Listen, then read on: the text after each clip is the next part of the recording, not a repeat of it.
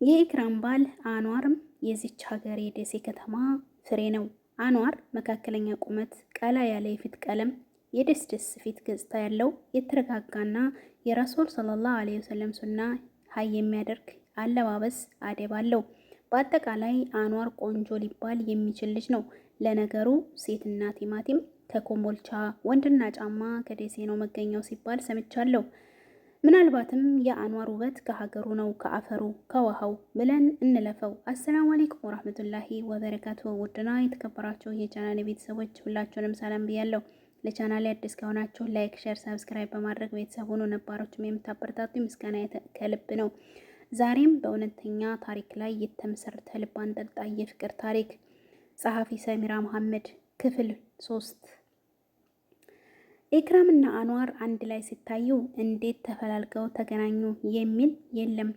የሁለቱም ጥምረት ባልና ሚስት ከአንድ ወንዝ ይቀዳል ለሚለው አባባል ትክክለኝነት ማሳያ ምሳሌ ይሆናሉ። የሰርጉ ሽርጉድ ተጀምሯል። የሙሽራ ቀሚስ ኢክሩ መርጣለች። እኛም ወደን ይሁን ብለን ወደ ሚዜ ልብስ መረጣ ገባን። ሰማያዊ ከለር ቀሚስ መርጠን የወንድ ሚዜ ሰማያዊ ሸሚዝና ከረባት እንዲገዙ ነግረናቸው ተስማሙ። ከቀናት በኋላ ደግሞ ቀይ ቀሚስ ቢሆን የበለጠ ያምራል የሚል ሀሳብ ተነሳ። በሀሳቡ ተስማማን። ስለዚህ ወንዶችም መቀየር አለባቸውና በቀይ ከለር እንዲቀይሩ ነገርናቸው። ውይ አቤት ሴት መሆን ብለው ሳይታዘቡን አልቀሩም። የሰርግ ቀን ሲቀርብ እረፍት ያሳጣል። እንዲሁም ያረፍንበትን ቀን ሳናውቀው ጁምአ ደረሰ። ጁምአ ቀን የሂና ቀበታ ቀን ነው። ሙሽራዋ ሂና ስትሰራ ሚዜና አጃቢ ተሰብስቦ ይጨፍራል። ከጁምአ ሶላት በኋላ ሁላችንም እነ ኢክሩ ቤት ተሰበሰብን። ኢክሩ የህንድ ቀሚስ ለብሳለች። በጣም አምሮባታል። እጇ ላይ የምታስረው የሂና ዲዛይን መርጠንላታል። ተሰራች። ከዛ ጭፈራ ተጀመረ። በዛን ቀን ያልጨፈረ የለም።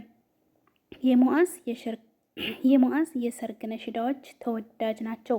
እድሜ ለሙነሽዶቻችን። እኛ ሰርጋችንን አድምቀውታል። አርብ በቅዳሜ ሊተካ ፀሐይ ቦታዋን ለጨረቃ ለቀቀች። የቅዳሜ ፀሐይ ቀድመው በሌሊት የሰፈር ሴቶች እንጀራ መጋገር ጀምረዋል። እስከ ንጋት ድረስ ብዙ ጋጋሪዎች ነበሩ። ሴቶች እንጀራ ይጋግራሉ። ወንዶች የተጋገረውን እንጀራ ወደ ቤት በማድረስ ስራ ተጠምደዋል። እኛም ኢክሩን ይዘን ወደ የውበት ሳሎን ሄድን። በእርግጥ ኢክሩ መሰራት አልፈለገችም። ለአንድ ቀን ብዬ አልሰራም ነገ መፍረሱ አይቀርም ብላ ትተዋለች። ግን በሰርግሽ ቀንማ አምሮብሽ ነው መታየት ያለብሽ ብለን ስንጫናት ተስማማች።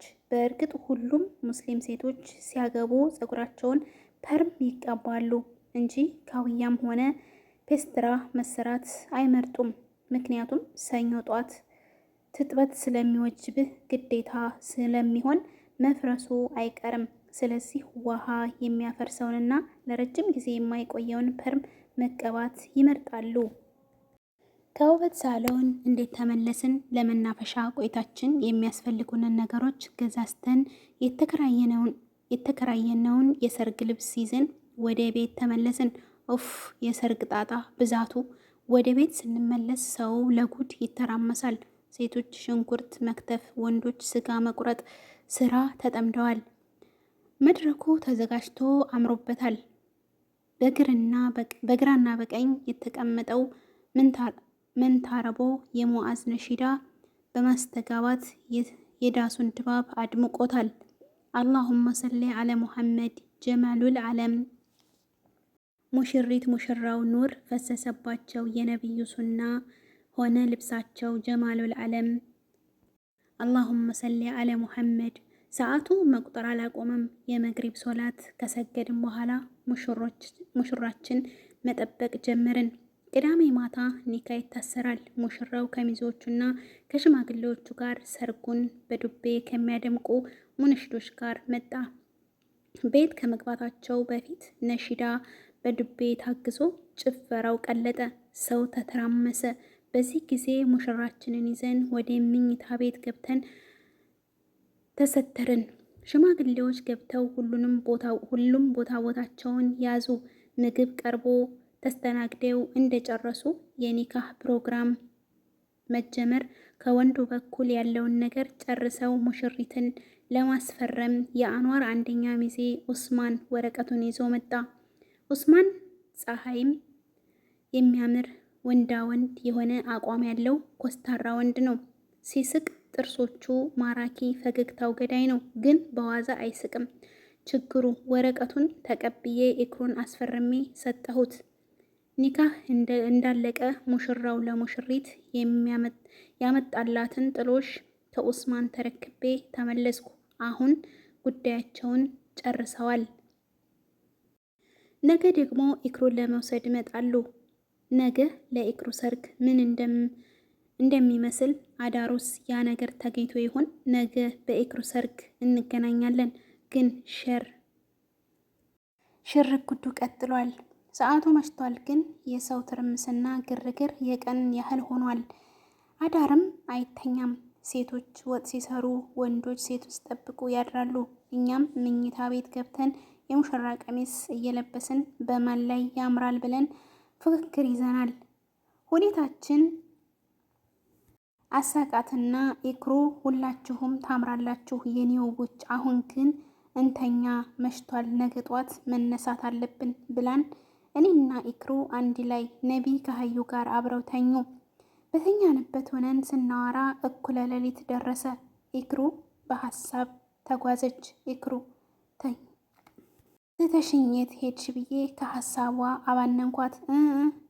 ነገ እኮ በዚህ ሰዓት ከአኑ ጋር ነኝ አለች። ግን አስባው ሳይሆን ድንገት ከአፏ ምልጧት እንደሆነ ማፈሯ ያስታውቃል። የነገው የአንዋር አዳር አስጨንቋታል። ሀሀ በይ ነገ ሲደርስ ትናንት ኢማን ጋ ነበርኩ እንዳትይ አደራ አልኳትና ተሳስቀን እኔ ትቻተኛው። ኢክሩ ግን ሀሳቧ ያስተኛት አይመስለኝም። ጠዋት ስንነሳም ሰው አሁንም እንዳለ ነው። የነ ኢክራም ቤት በሰው ተጨናንቋል። ስለዚህ ሙሽራውን አንዋር መጥቶ እስኪወስዳት እኛ ቤት እንድትቆይ ተስማምተን ወደ እኛ ቤት ሄድን። ሁሉም እንደምንፈልገው አድርገን ከጨረስን በኋላ በየተራ ሻወር ወሰድን። መዘጋጀት ጀመርን። ወደ 4 ሰዓት አካባቢ ጓደኞቿ አጅበው መምጣት ጀምረዋል። ቤቱ ሞቅ ሞቅ ማለት ጀመረ። የምሳ ሰዓት እስኪደርስ በጃፓስ ድምፅ ከፍ አድርገን ነሽዳውን ለቀቅ ነው። የምሳ ሰዓት ደረሰ። አጃቢዎች ምሳ እየበሉ ወደ ሙሽሪት መምጣት ጀምረዋል። የጀማ ልጆች ተሰበሰቡ። አሁን ከእናቶች መልእክት ደረሰን። ባሏ ከመምጣቱ በፊት ጥፍር ትቆርጣለች። ወደሱ ኢክሩን ይዘን ገባን። ረከቦት ተዘርግቶ ቡና ተፈልቶ ዳቦ ተጋግሯል። ኢክሩ ጥፍሯን የሚቆርጥላት አግብተው ያልፈቱ እናቶች ናቸው። ጥሩ ጉድ ነው ይላሉ። ሳሩን ወተት ውስጥ እየከተቱ የኢክሩን እግር ይቀቧታል።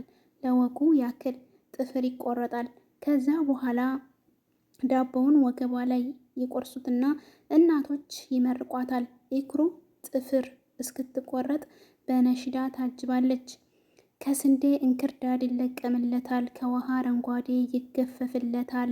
አሁን ከኢክሩዬ ምን ይወጣላታል? ከቅጠሎች ሁሉ ኮባ ሰፊ ነው። አሁን የኢክሩዬ ምኗ ክፉ ነው? የኢክሩዬ እናት ውጪ ተክሰሻል፣ ይችን መሳይ ቆንጆ ማን ውለጅ ብሎሻል? የኢክሩዬ እናት ነይ ውጪ ከጓዳ፣ ሷሊህ የወለደ አያጣም እንግዳ። ጥፍር ቆረጣ አልቆ ወደ ቤት ተመለሰናል። ወደ 9 ሰዓት አካባቢ አኗሪ ከነ አጃቢው ከደሴ ከተማ መጣ። በወጣት ታጀበ። ብዙ ግሩፕ ያሉት ሚዜዎች አንድ አይነት የተለያዩ የለበሱ። ሚዜው ማን እንደሆነ እንኳን ያደናግር ነበረ። ምን አይነት ነገር ነው?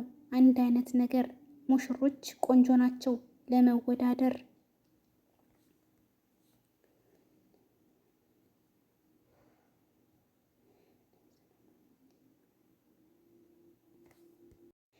የትኛው ጾምሽ ነው? የትኛው ዱዓሺ? አንዋርን መሳይ ቆንጆ አላህ የሰጠሺ። አታገባም ወይ አታገቢም ወይ? አጥር አጥር መሄድ አይበቃህም ወይ? በመንገድ መንጋጋት አይበቃህም ወይ? ነቢ ሰላም አለይ፣ ረሱል ሰላም አለይ።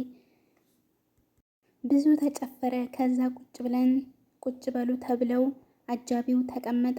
ለሚዜዎቹ ለሙሽሮች ዶሮ ወጥ ቀረበ። ለአጃቢው ሁሉም በሉ። የዶሮ ማንሻ ተብሎ 600 ብር ተቀበልን። ይሄ የወሎ ባህላችን ነው።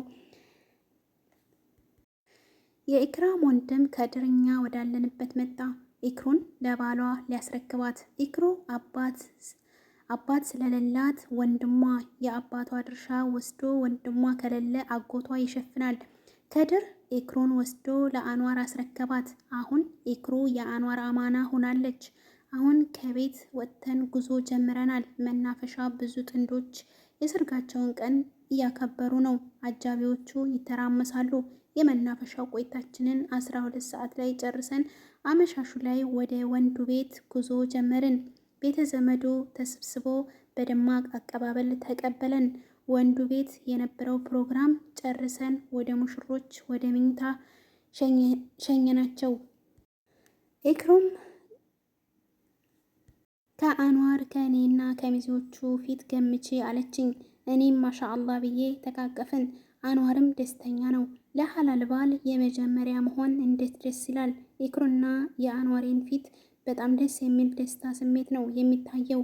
ይህ ክብሯ ለወደፊት ትዳሯ እንደሚያምርና አንዋሬም ከነ ክብሯ ስላገኛት ለኢክሩ ክብር እንደሚሰጣት እተማመንበታለሁ። ቀኑን የኢክሩን ናጫውት ብለን መግሪብ አስተካክለን የወንድ ሚዜ አጅቢው ቢያንስ ከ8 የሚበልጥ ሆኑ። ወደ ኮምቦልቻ ተመለስን። ለመልስ ከደሴ ወደ ኮምቦልቻ አመራን። እንደደረስን ዘመድ አዝማድ ውጭ ላይ ተሰብስቦ በጭብጭብታ እኛን ይጠብቃሉ። የአንዋሬ ጓደኞች እየጨፈረን ወደ ውስጥ ገባን። የመልስ ዝግጅቱ ባህላዊ ይዘት ነበረው። ውድና የተከበራችሁ የቻናሌ ቤተሰቦች የህልም ባሌን አሁንም ቀጣይ ክፍል አለው። ላይክ ሸር በማድረግ አበረታቱ።